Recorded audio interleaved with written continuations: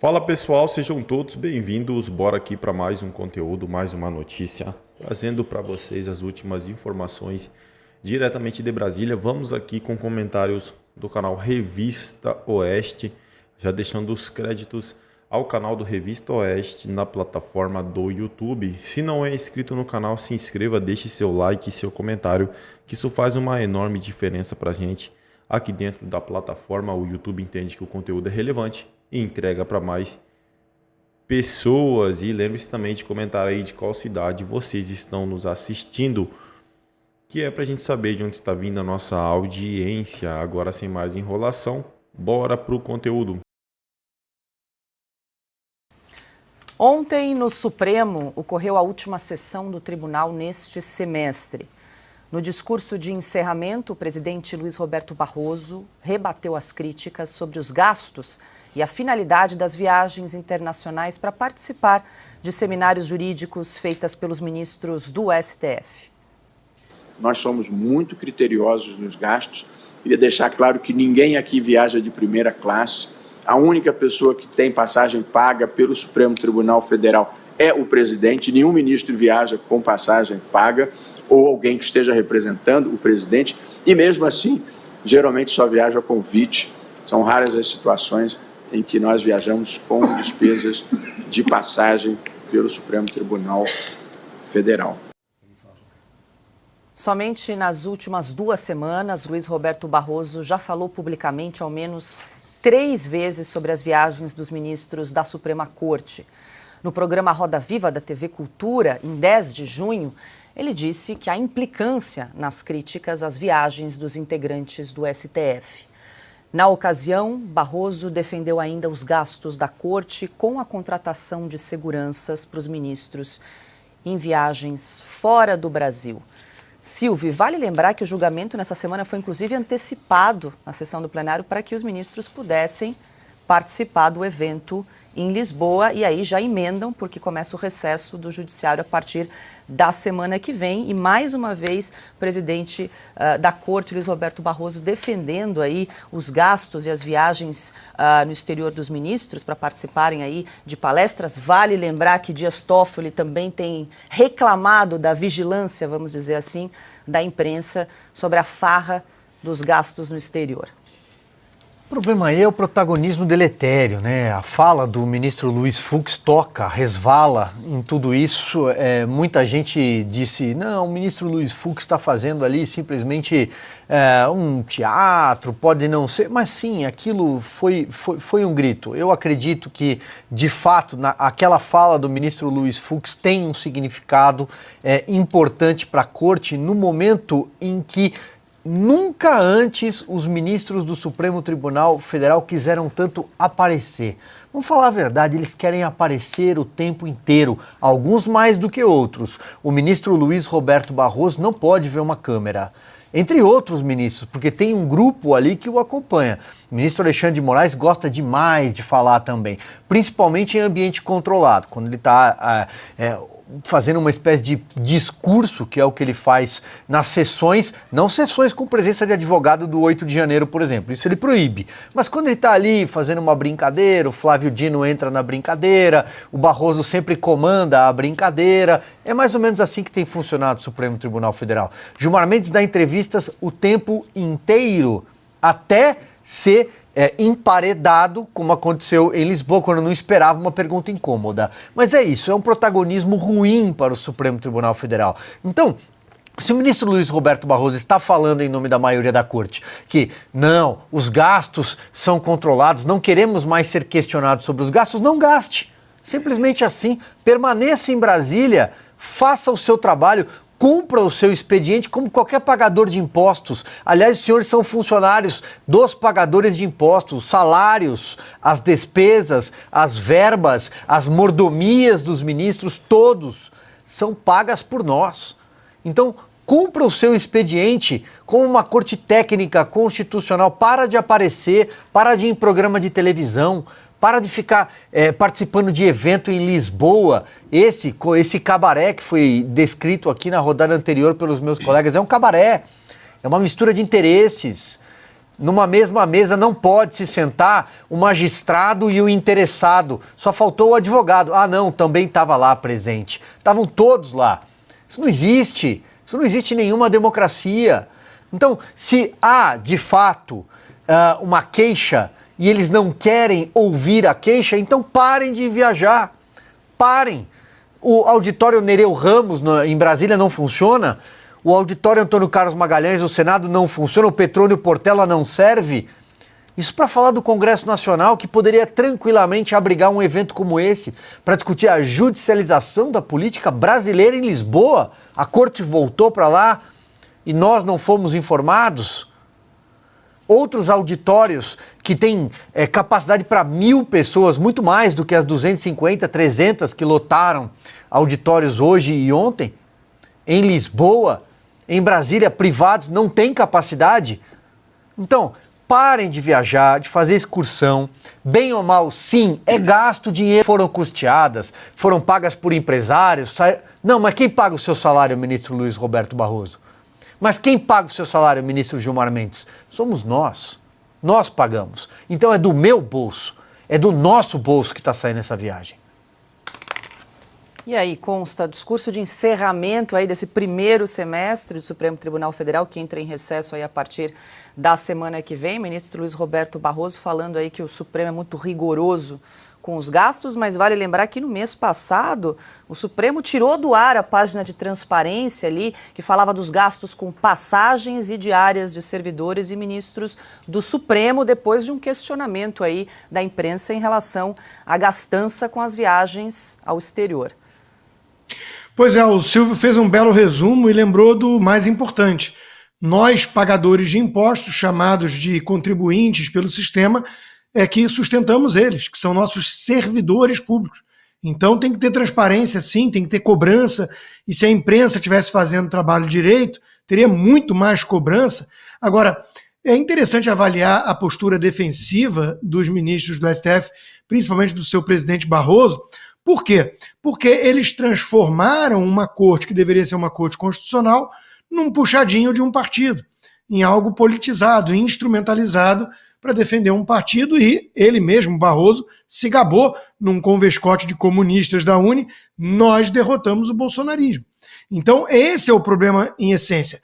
A fala do ministro Fux, o único juiz ali presente, lavou a alma de tantos brasileiros essa semana, porque tocou no cerne da questão do ativismo judicial, né, que não cabe a esses juízes que não foram eleitos legislar, atropelar o Congresso, e tampouco cabe agir como agentes políticos.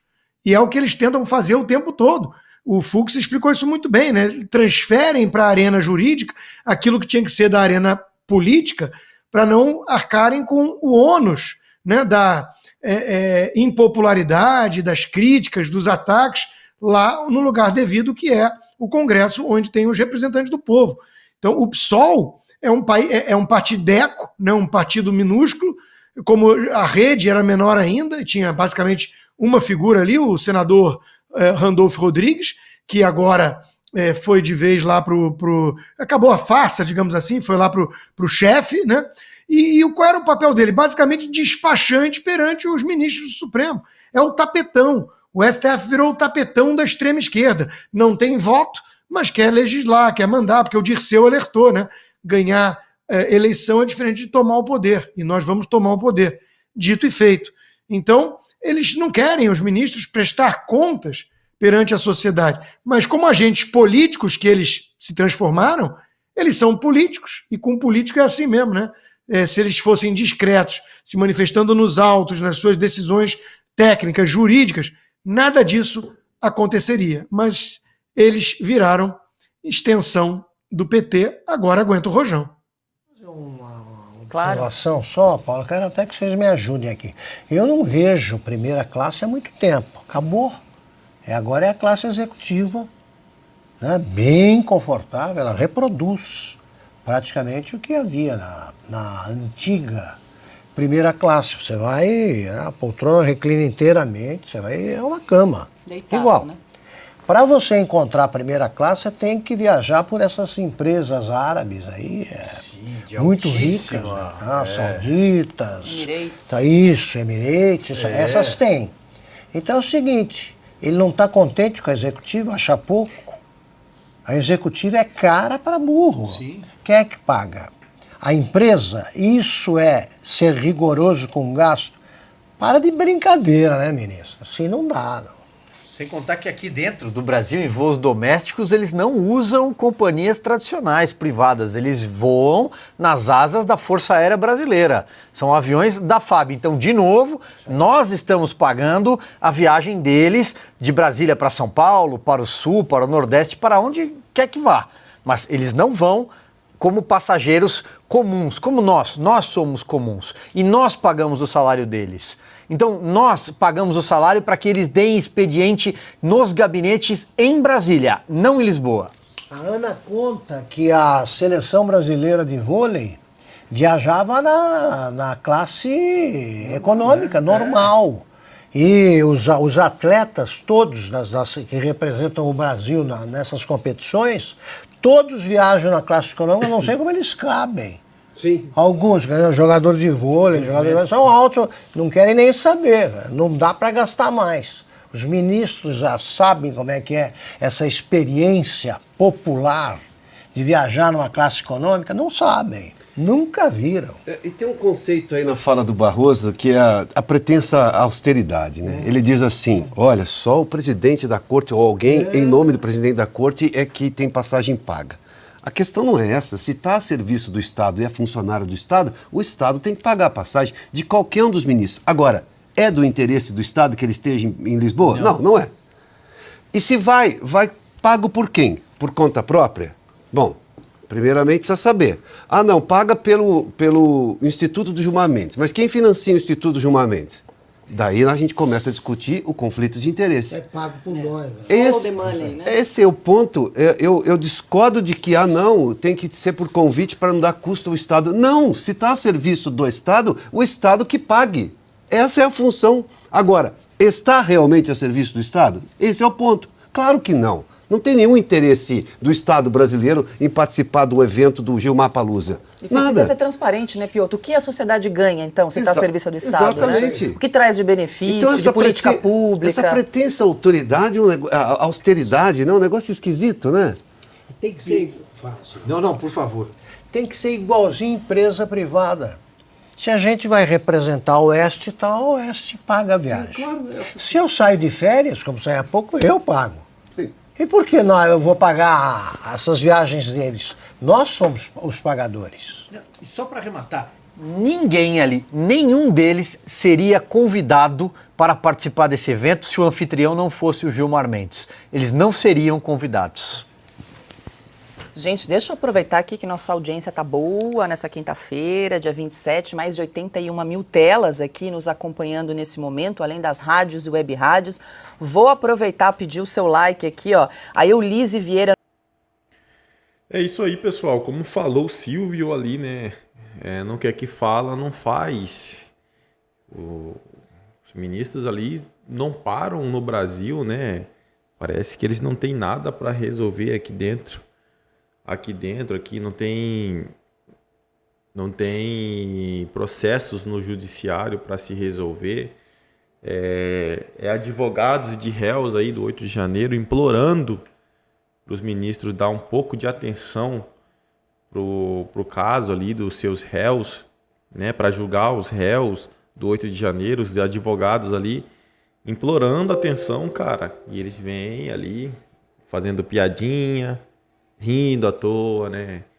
É tudo uma gargalhada, é um paraíso para eles e não quer que ninguém fique de olho nos gastos deles, né? Então, assim, menos, né? A gente tem aí o exemplo de que os ministros ficam mais fora do país do que julgando um réu. Vira e mexe, tá dando palestra não sei na onde, vira e mexe. Está em Portugal, está em Londres, está não sei na onde. Pessoal, ficar um pouco mais atento a isso, né? Para depois, no final, não reclamar que estão cuidando muito Justiça aceita pedido de recuperação de empresa da Odebrecht. A Odebrecht Engenharia e Construção, braço da Nova Honor, né, antiga Odebrecht também, anunciou nesta quinta-feira que entrou com um pedido de recuperação judicial para enfrentar uma dívida de 4,6 bilhões de dólares causadas por consequências da pandemia da Covid, segundo a empresa, após negociações preliminares com grande parte dos principais credores financeiros. Espera-se que o processo de recuperação judicial seja mais ágil e controlado do que o habitual para iniciativas dessa natureza. É o que está acontecendo hoje, né? O pessoal que foi tudo julgado na Lava Jato, hoje eles comandam tudo aí, né? Pede acordo, pede empréstimo, porque é os amiguinhos do Lula, né? É isso aí, pessoal. Eu agradeço a vocês pela companhia. Se não é inscrito no canal, se inscreva. Deixe seu like, seu comentário, que isso faz uma enorme diferença pra gente aqui dentro da plataforma. Agradeço pela companhia e até o próximo conteúdo.